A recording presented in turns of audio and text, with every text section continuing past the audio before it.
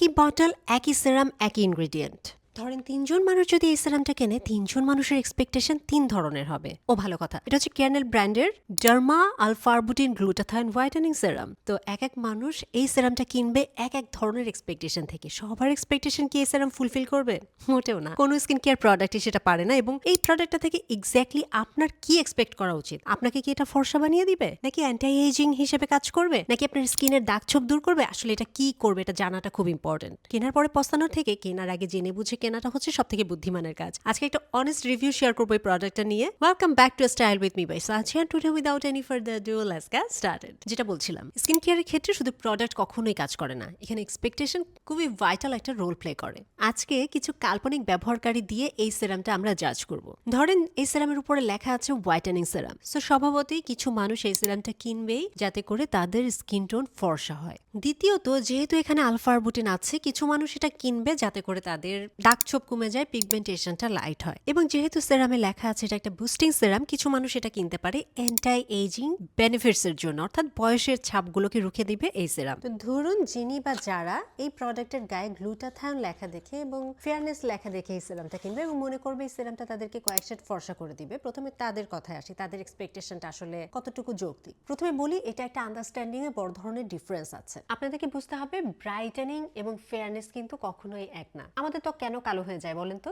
মেলানিনের production যখন বেড়ে যায়। মেলানিন কিন্তু আমাদের ত্বকের জন্য মোটেও খারাপ কিছু না, কিন্তু সূর্যের আলো, অক্সিডেটিভ ড্যামেজ, স্ট্রেস, আবহাওয়া, বয়স, অনেক কারণে এই মেলানিনের প্রোডাকশনটা আমাদের ত্বকে বেড়ে যেতে পারে এবং বেড়ে গেলে বিভিন্ন ধরনের দাগছোপ তৈরি হয়, ট্যান হয়, স্কিনের ডিসকালারেশন আসে এবং অনেক সময় স্কিনের টোনটা ডার্কার হয়ে যায়। এই প্রোডাক্টে আছে আলফারবুটিন, যেটা মেলানিনের প্রোডাকশনটাকে কমিয়ে আনে। এটা কিন্তু স্কিনের ন্যাচারাল যে টোন বা কালার, এটাকে পরিবর্তন করতে পারে না বা করার চেষ্টাও করে না। আলফারবুটিনের কাজ হচ্ছে মেলানিনের যে অতিরিক্ত প্রোডাকশনটা সেটাকে স্লো ডাউন করে দেওয়া। এখন অনেকে বলতে পারেন, আপু ফেয়ারনেস লেখা আছে, তাহলে ফেয়ার কেন হবে না? ফেয়ারনেস এই কারণে লেখা আছে, কোরিয়ান যে কোনো এন্টি পিগমেন্টেশনের জন্য প্রোডাক্ট যখন তৈরি হয় বা মার্কেটে দেওয়া হয়, তখন কোরিয়ান এফডিএ থেকে এটা রেগুলেশন আছে যে সেখানে ফেয়ারনেস টার্মটা উল্লেখ থাকবে। মানে এই না যে আপনার স্বভাবত বা জন্মগত স্কিন কালার চেঞ্জ করবে, এর মানে হচ্ছে আপনার পিগমেন্টেশনকে ফেড করতে সে সাহায্য করবে। তো প্রথম আমরা যাদের কথা চিন্তা করেছি, অর্থাৎ যারা এটা ফেয়ারনেসের জন্য কিনবেন বা রং পরিবর্তন করে ফেলার জন্য কিনবেন, তাদের এক্সপেকটেশন কিন্তু এই সেরাম ফুলফিল করতে পারবে না। কারণ এটা আপনার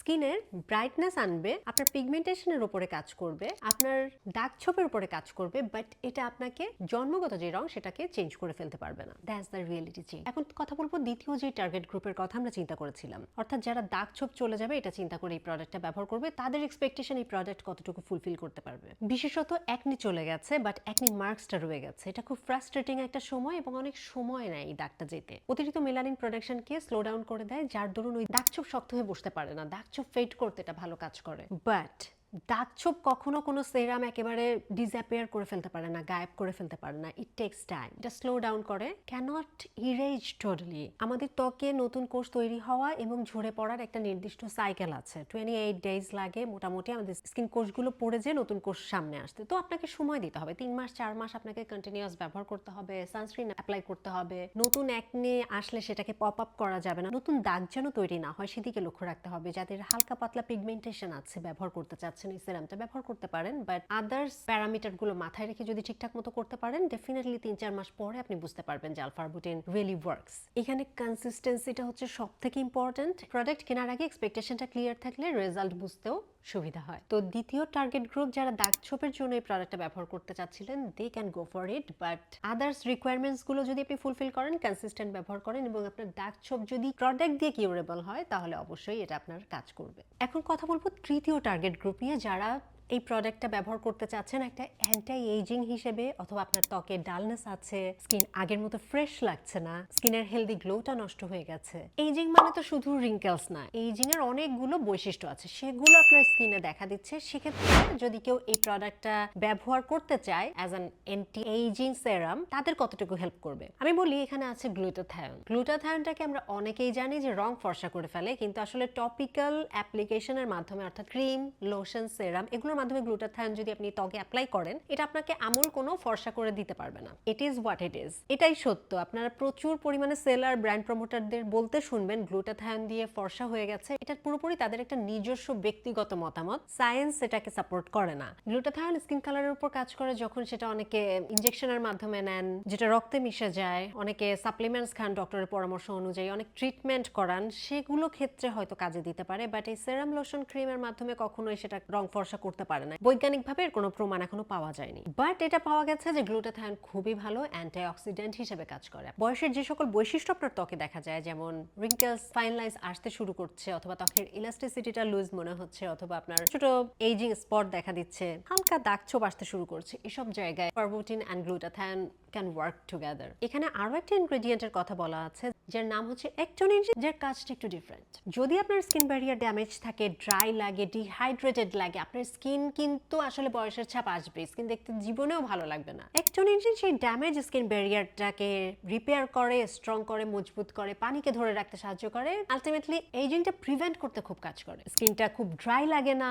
এটাতে আরো আছে পেপটাইড কমপ্লেক্স। পেপটাইড কমপ্লেক্সটা স্কিন কেয়ারে কিন্তু ভীষণ জনপ্রিয়, কারণ এটা স্কিনের বিভিন্ন প্রসেসকে সাপোর্ট করে এবং স্কিনের ফার্মনেস এবং ইলাস্টিসিটিটা রাখার জন্য বিভিন্ন ধরনের পেপটাইড কমপ্লেক্স স্কিন কেয়ারে কিন্তু ব্যবহার করা হয়। It's a green flag. এটা এইজিং প্রসেসটাকে স্লো ডাউন করতে সাহায্য করে, but no skin care product can stop ageing. ফর্মুলেশনটা খুবই সুন্দর, খুবই হাইড্রেটিং, মিল্কি টোনার ধরনের একটা সিরাম, স্কিনে দেয়ার সাথে বসে যাবে, হালকা একটা ফ্রেগ্রেন্স আছে। পয়েন্ট টু বি নোটেড, যাদের ফ্রেগ্রেন্সে প্রবলেম আছে অফকোর্স প্যাচ টেস্ট করে দেখবেন, এটাতে ফ্রেগ্রেন্স আছে, মাইল্ড বাট আছে। যেটা বলছিলাম, 3 ধরনের মানুষ যদি এই প্রোডাক্টটা কেনে, 3 ধরনের এক্সপেকটেশন নিয়ে, একজন ফর্সা হতে চায়, একজন বয়স কমাতে চায়, একজন দাগছোপ দূর করতে চায়। বলেন তো কার এক্সপেকটেশন সব থেকে বেশি ফুলফিল করবে? এই দাগছোপ কমাতে সাহায্য করবে। বাট কেউ যদি এক্সপেক্ট করে দাগছোপ গায়েব করে ফেলবে, পারবে না। আবার কেউ ধরেন বয়সের ছাপ কমানোর জন্য এই প্রোডাক্ট ব্যবহার করলো, ভালো রেজাল্ট পাবে। কিন্তু কেউ যদি মনে করে আমার ত্বক একদম সার্জারির মতো লিফট করে ফেলবে কোনো প্রোডাক্ট, সেই ধরনের এক্সপেকটেশনে কোনো প্রোডাক্ট কাজ করবে না। আবার কেউ যদি চিন্তা করে এটা আমাকে ফর্সা করে ফেলবে, 10 শেড ফর্সা, 50 শেড ফর্সা, এটা করতে পারবে না। এটা ব্রাইটনেস আনবে, ফর্সা করে দিবে না। তো আপনি যদি কনসিস্টেন্ট হন,